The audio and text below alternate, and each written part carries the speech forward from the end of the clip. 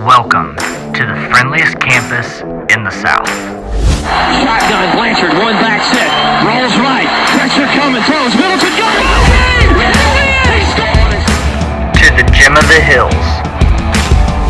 He lifts it to left. That one's pretty well hit. Hall on the run. That ball is gone. Home of the Jacksonville State Gamecocks. Over the day, over the Hall. He fires up at the buzzer and drains the three. So good defense by Cunningham. Gregory leads the way. Pulls up. He checked. This is your podcast for JSU Sports. High fly ball. Center field. It is back. It's out of here. With your hosts, Brandon Owens and Cody Hooks. This is Cocky Nation. What is up, FCS Fan Nation and JSU fans, to another episode of Cocky Nation, where everything is made up and the points don't matter. Oops, sorry.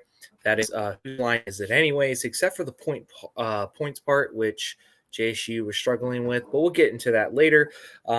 We are your hosts, Cody and Brandon, on another episode of All Things Cocky and All Things JSU football, baseball, basketball, and all your favorite JSU sports. So, of course, our topic today is talking about the last game, which I don't know if I should give Brandon his moment on the soapbox.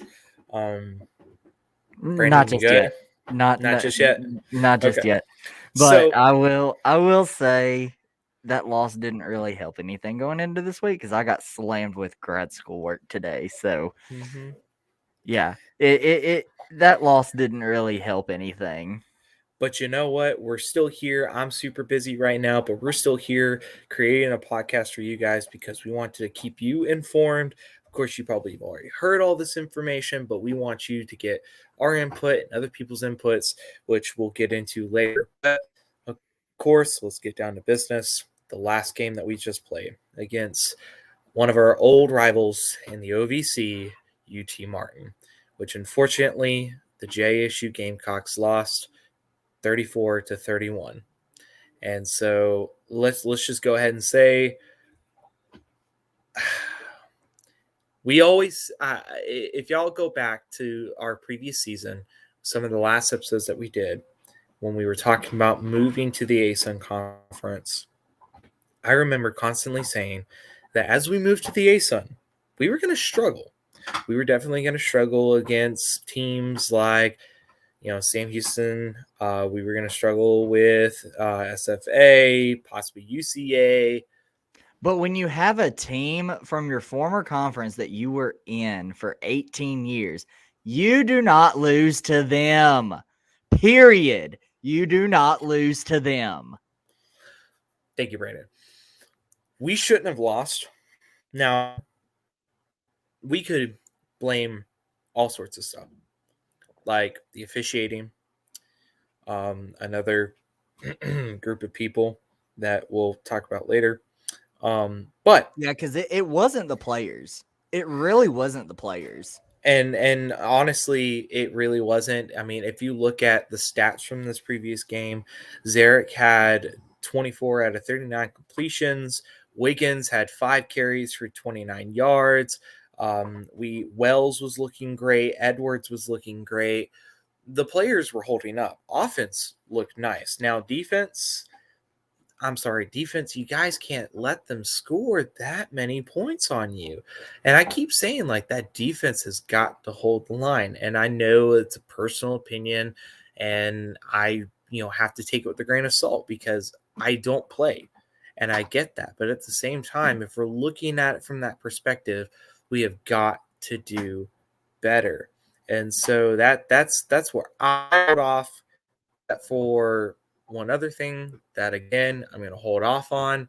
Brandon, please share your thoughts. This is your time to shine. Here's your soapbox moment. Yeah, so the offense looked phenomenal. 318 passing yards and 91 rushing yards. Now, rushing was a struggle. I mean, I give all the credit to UT Martin in that aspect. They have a stout rushing defense. They were shutting us down. Mm-hmm. So all the credit to you Skyhawk fans that somehow listen to this, kudos to y'all and y'all's team for shutting down our rushing defense. That was pretty amazing. Very few teams in the South can do that to us. Mhm. But passing was phenomenal. Everything was clicking. Zarek was releasing the ball right before the especially on screen passes. He would release it before they turned their head around, and when the receivers would turn their head around, it'd be right there. They put their hands up, catch it, and then literally immediately cut up field and get like at least 5-6 yards. It was amazing to see the screen pass actually do what it was meant to do. Right. It was pretty amazing. But every time something looks good, the other side of the ball looks horrid. It was awful. We could not tackle. We could not do our assignments. It was horrible. Absolutely horrible. That is the worst I have seen our defense play in the past 6 years. Yeah. It was god awful. It was so bad. And it's a continuation thing. I mean, the UNA game, I made my comment about how, they couldn't wrap themselves up against a running back or anybody that had the ball. It took 1, 2, 3, 4, even 5 people to finally stop the person carrying. And same thing happened it's in this just game. bad. And that's when Brandon said the famous quote in the middle of the game. Oh, that was about officiating. That didn't happen until about the third or fourth quarter. My bad. The officiating was so bad that I literally yelled when everybody was dead silent. I yelled, I thought we left the OVC. Mm-hmm. And everybody around me went absolutely nuts over it. Yeah. And, let's just face it. In the same breath, though, I will say our personal discipline was so much better. So much better. There was actually one time where one of our offensive linemen jumped before the snap. And he knew it too. He got up, he hung his head and everything. The player next to him turned towards him and literally whacked him upside the back of the helmet. Like, you dummy, why'd you do that? And I at that point I yelled, "Yes, sir, hold your boy accountable." And that's what we need. We need accountability, and we need to know that when we mess up, we own it. I think about you miss a pass, you run a mile. You miss a block, you run a mile. Like, we have to hold that discipline. We have to get better. And unfortunately, if these issues don't get corrected, we're going to see these issues in later games, like next week, the week after, Sam Houston State. I mean, if we don't fix these problems, they're just going to continue to pile up. Now, these problems don't necessarily reside specifically in the players themselves. No, but I will say playoffs are out of the picture now. Like, I don't see this fixing. I don't see this being fixed this year. The Playoffs only way are out of the picture. The only way we're making the playoffs is if somehow, some way, we pull off like a miracle streak after this, and it's going to take a ton to be able to do that. And so, when you look at our future schedule, we have Kennesaw this weekend. Mm-hmm. We have Stephen F. Austin for homecoming, who is an up and coming team. Yeah. And then the next weekend we have off, thank God. And then we travel to Huntsville, Texas, the other Huntsville, because we all know which Huntsville is the real Huntsville. Sorry, Bearcat fans. But we travel to Huntsville, Texas to take on Sam Houston. And then next week we come back home and we play Central Arkansas. Now, granted, the next 2 weeks after that, we play Abilene and Lamar. Woohoo! 2 easy wins right there. We hope. But then we finish the season at Eastern Kentucky. This year, it's so hard to play in Richmond, Kentucky. I just don't see us beating all the rest of our teams except for Abilene Christian and Lamar. and it's still up in the air. Again, me being the optimist on this podcast, I want to believe that things will get better, but I also would be lying to myself if I didn't say that I have my own personal views, and we're going to talk about it in just a second. But Brandon, is there anything else you want to add before we get into this last No, section? I want to get into this next segment. I want All to right. get into this next segment. Okay. You first. All right. So, FCS Fan Nation members and JSU fans, if you're on the FCS Fan Nation's Facebook page, you probably saw that I posted a question. And I wanted to post this question because I wanted to see the viewpoints. I was not simply stating that this is my personal opinion, but it's something that I wanted to hear the valued opinion of others, whether you are a JSU fan or you're an FCS Fans Nation fan. So the question was, is it time for Gross to go? If you've ever been listening to the previous seasons of Cocky Nation, this has been a question for a long time. For And about for the 3 seasons we've had this, it's been a question every single year. And it is not, and Coach Gross, if somehow you're listening to this is not about you personally as a person. But we also have to look at the facts that over the last several years, though we have had some very successful seasons, the problem still lies that when we hit these big games or we hit these, these changes, we continue to fall in the same problems.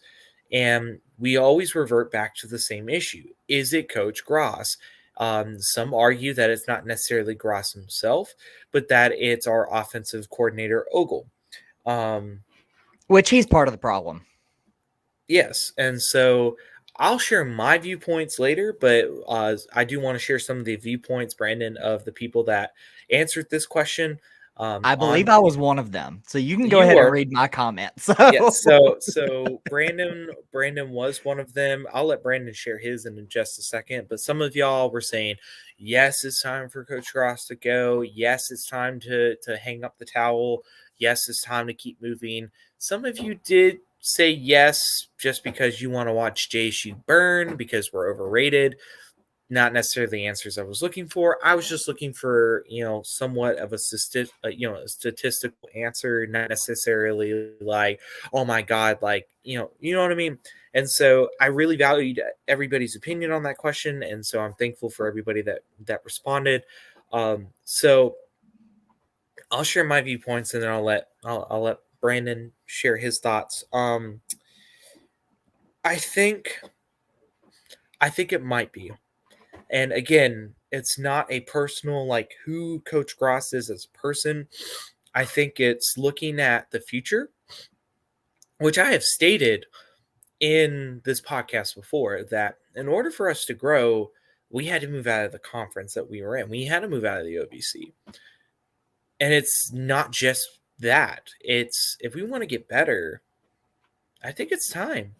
Gross has given us some solid years. We've made it to the playoffs several years, but we would be lying to each other if we're not saying that there's a continuation of problems that just continue to keep happening. And they circle back to two people, Coach Gross and offensive coordinator Ogle. And so I think it's time to start saying either things change or it's time to go.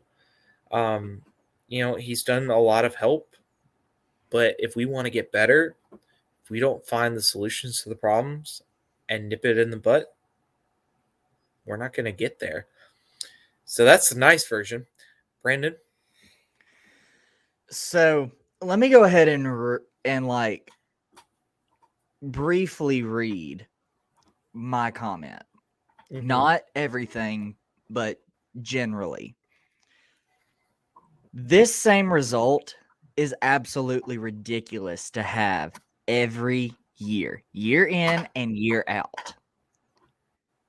Gross was outcoached again, like he has been against teams either we shouldn't lose to or teams that we simply just cannot compete against. Not to mention the refs were absolutely horrible, but we've already went over that. Another thing that I'm noticing, our players don't look like they're conditioned properly. And that falls on the strength and conditioning coach, who, in my opinion, if there's any coach that should be amazing on the coaching staff, it is your strength and conditioning coach. Like, this is absolutely ridiculous. And then I mentioned what I said when I mentioned the schedule. We're not going to beat those teams. If this continues and nothing changes, we're not going to beat them. And playoffs are out of the picture. And see, go ahead. See, and my biggest thing is, like, we can't simply, so, like, one of the comments that Bill McDonald made this comment, and he says, any bump they got by beating a very weak Florida State team is now totally blown. We cannot simply continue to hope on these big games that we win if they're not doing any good for us in the end. So, like, Right. for now, it was Florida State. Before Florida State, it was Eastern Washington. Before it was Eastern Washington, it was what was the last one that we did before that? That was a really big game. Ole Miss. We can't just simply rely on these, like, really good. Oh, we beat this team. Florida International before that. When we beat they weren't Power 5. Still, they were an FBS team, but the fact of the matter is that we can't just simply rely on these. Oh my God, we beat an FBS team. Oh my God, we beat a really good FCS team. We can't hold on to that. You cannot continue your season in the belief and mindset that, oh, we just beat this team. It's like, if a team beat North Dakota State, that's great that you beat North Dakota State. But that's not simply saying that the rest of your season is going to be a breeze. Because anything can happen, especially with this last game, playing against UT Martin, who is kind of in the upper rankings of the OVC right now. But at the same time, you know what I mean? It just doesn't make sense. And so we either have to nut up or shut up, basically, I think is the most appropriate way to put it. Yeah, and let me just go ahead and read off some of the playoff results that we've had since Gross has been on the coaching staff. 2013, he was the offensive coordinator, and we got not shut out, but we got beat in the quarterfinals against Eastern Washington. Fast forward to 2015, we make the national championship. We got blown out by North Dakota State.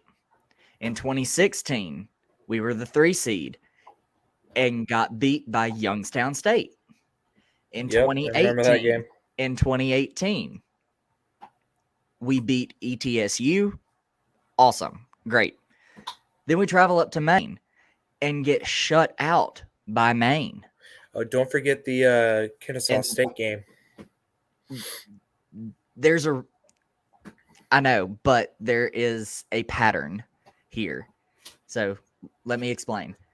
Fast forward to the spring, because we didn't make the playoffs in 19. Fast forward to the spring. Who did we lose to? I don't want to even say it. We lost to Delaware. North Dakota State, Eastern Washington, Youngstown State. What do all 4 of those teams have in common? They're northeast or northern teams. They are a part of Big 3 conferences. We have yet to beat a Big 3 team in the playoffs. As long as nothing changes, even if we have a successful year and have a run in the playoffs, if we meet a Big 3 team in the playoffs, we're out. We just can't simply compete with them. And I know some people are going to say, "Oh, but we lost to Delaware by 6." Yeah, but look at what happened before then. Look at what happened before we closed the gap. Delaware was absolutely dominating us. They probably just got tired.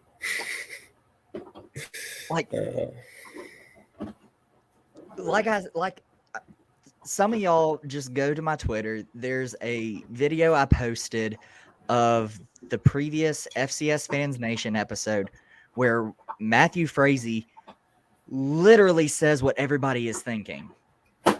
Literally, he drags JSU. He tears into them. He rips into them. He basically, in the words of RuPaul, he read them for filth. I am done. I am beating a dead horse at this point. I have said what I want to say. You know where I stand on this situation. I'm done. So I do have a follow-up question, which was brought up in my comment section on that question. If it was time for Gross to go, whether it be on his own accord or if they removed him, okay? Question 1 would have been A, would he leave mid-season? And question B would be, if he was to leave, who would replace him? And if he left mid-season? Yes, and also looking at it from the perspective of FCS Nation, FCS as a whole, if he was to leave at the end of the season, who could we look at as a potential taking over? Oh, I can give you programs that you can look at. Okay. James Madison, North Dakota State, Eastern Washington, Montana State, Delaware, Sam Houston State. Yeah. You got 7 programs right there that you can look at their coaching staff to see if there is a possible candidate for our head coach. True. Now, as far as him leaving in the middle of the season, literally put Kevin Sigler in as the interim head coach. Okay. I can see that.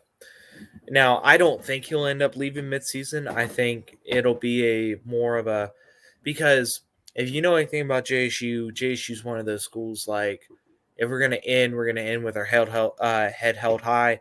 And because he is a son of JSU, he played at JSU, he graduated from JSU, he's one of those that more than likely they would let him finish the season and then move on from there. Which honestly will probably be the easiest thing to do. And I think even, and as a person, I think even Gross knows that at some point it's time. And I hate to say that because he's had good seasons, but he coaches like a high school coach on the collegiate level. And we can't at the lowest subdivision of Division I college football. You cannot do that. Yeah. You are not at Oxford or Albertville anymore. You are playing big boy football. Yeah. Your playbook has to change. And so only time will tell. Again, thank you to everyone who answered that question, kind of give your thoughts. Be on the lookout for that, for more questions like that as the season goes on. Because, again, we like to hear from you guys. We like to hear from your inputs, whether you are a JSU fan or if you're an FCS fan. Now, with that being said, I think we've hit all the major points from this UT Martin game. Let's look to the future, and that future is next week. So that game is going to be against Kennesaw State. It's going to be at Kennesaw. It's going to be live on ESPN Plus at 2 p.m. and that's Central Standard Time. But if you're trying to watch it in Georgia or in the East Coast, it would be 3 p.m. Eastern Standard Time.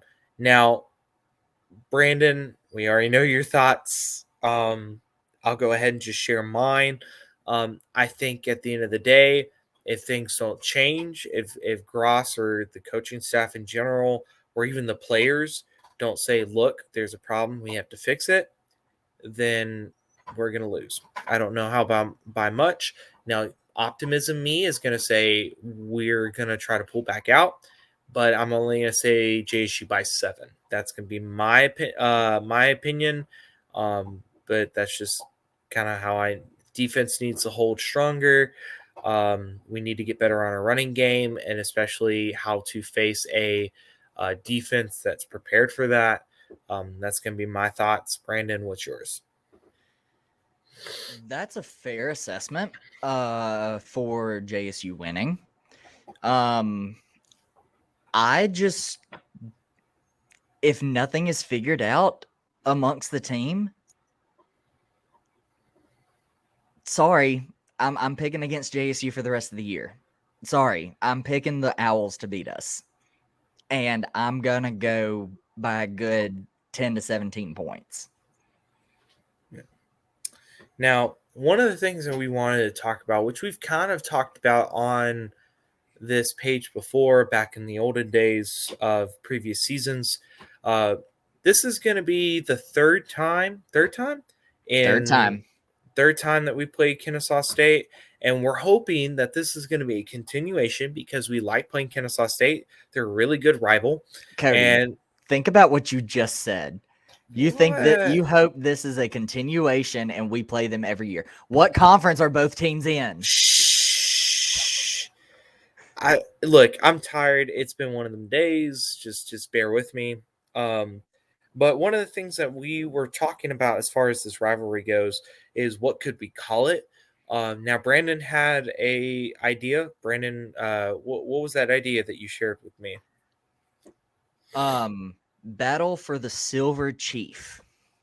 Silver Chief. Now, fill me in just a little bit more. I know a little bit, but let our viewers know, and just in case they don't. So I made a post about this on Twitter. I have been talking with Nathan McCreary, who is over a KSU podcast, but he's also over the AQ7 podcast, who is also a big FCS podcast. Mm-hmm. If you haven't heard of it, go check it out. It's awesome. I will actually be on the podcast this week talking JSU Kennesaw football.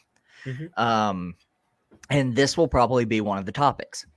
So, talking to him, we basically combined two names that we came up with.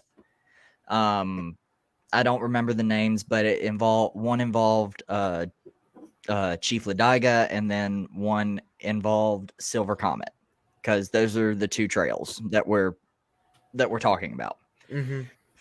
So the Chief Lodiga Trail starts over in Alabama. I want to say it starts in Piedmont. Yes, I think.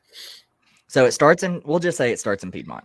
Mm-hmm. If I'm wrong, JSU fans, please correct me, because I don't want to be wrong. But anyways, so it starts in Piedmont, goes through the campus of Jacksonville State, through Anniston, and over to the state line of Georgia.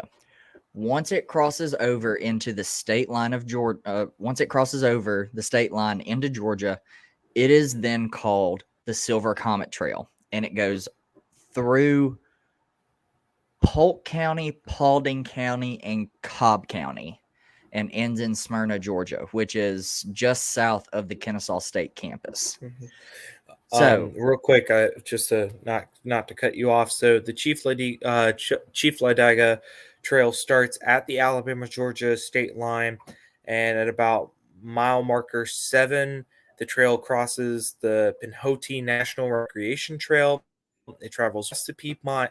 The direction changes to southwest, then on to Jacksonville, and then through JSU's campus, and then heads all the way down to Anniston. Okay, so that's what it is. But anyways, when it crosses over into the state line of Georgia, it becomes the Silver Comet Trail. Like I said, goes through Polk County, Paulding County, and Cobb County, and ends in Smyrna, Georgia. It is the longest trail either in the Southeast or in the nation. Probably Southeast. Probably Southeast. But anyways, both of those trails connect. Like, it is a big trail. It is a big biking, jogging trail, whatever you want to call it. Mm-hmm. But they are the same trail. So the idea is to basically have a rivalry about these two trails, because both universities are either near the trail or it goes through the campus. So that's how we combined two names of the trail and called it Battle for the Silver Chief. And that's a really good name. If not, I've constantly pitched the idea of Battle for the Border, just because JSU sits close to the Alabama border, and then Kennesaw State is closer to that Georgia border. So I've been on the fence. I like both. I think if we're trying to get fancy with it, let's go with the Battle for the Silver Chief, just because I think it would kind of create a legacy that we could hold on to, especially if we're going to be And I think like, when you're trying to create a big rivalry in any region in the Southeast or mhm, in the US, I mean, look at Montana State battle for Brawl of the Wild. mhm, Look at South Dakota State, North and Dakota State, the yeah, Dakota battle for the Dakota marker.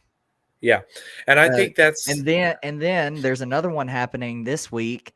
Sam Houston State and Stephen F. Austin battle mhm, for the Piney Woods. Like, if you're wanting a rivalry to be well known at the FCS level, and even eventually, if this conference moves up to the FBS level, you need a name that's going to catch everybody's eye.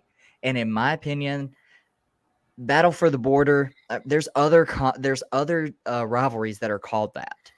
mhm, There is nothing called Battle for the Silver Chief, and it's going to raise the questions from other people. Well, why is it called that?